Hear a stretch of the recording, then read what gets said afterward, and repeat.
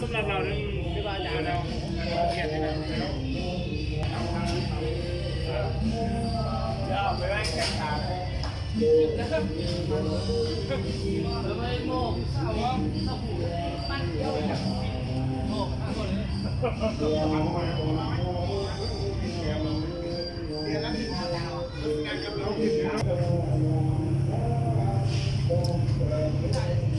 แบทแบท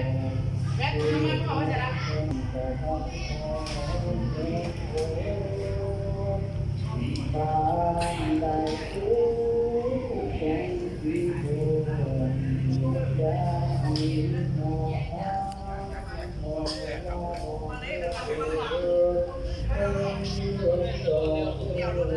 อาจารย์กับพ่อสายไปเลย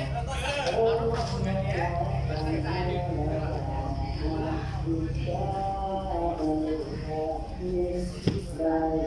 ีย